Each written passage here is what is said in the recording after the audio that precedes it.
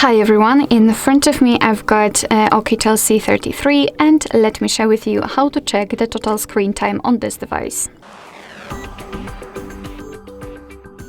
So let's start with opening the settings and then scroll down to the very bottom to find digital well-being and parental controls.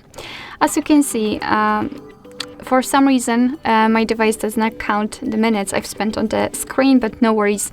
I'm pretty sure that everything will be fine in your device. As you can see, you can check how much time you've spent on the screen in particular day. Basically, this circle is a graph which is divided between the apps you've been using. You can also use or check the unlocks and the notifications count.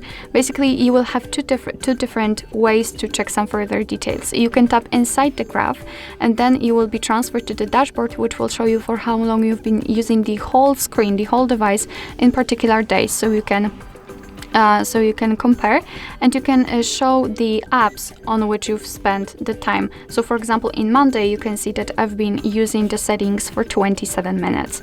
And the same situation in this graph will be that you can tap directly on the app. So for example, you will have here the settings. So you can tap on them, and then you will have the graph, the dashboard, which will be tightly connected with the settings. You will see something like here.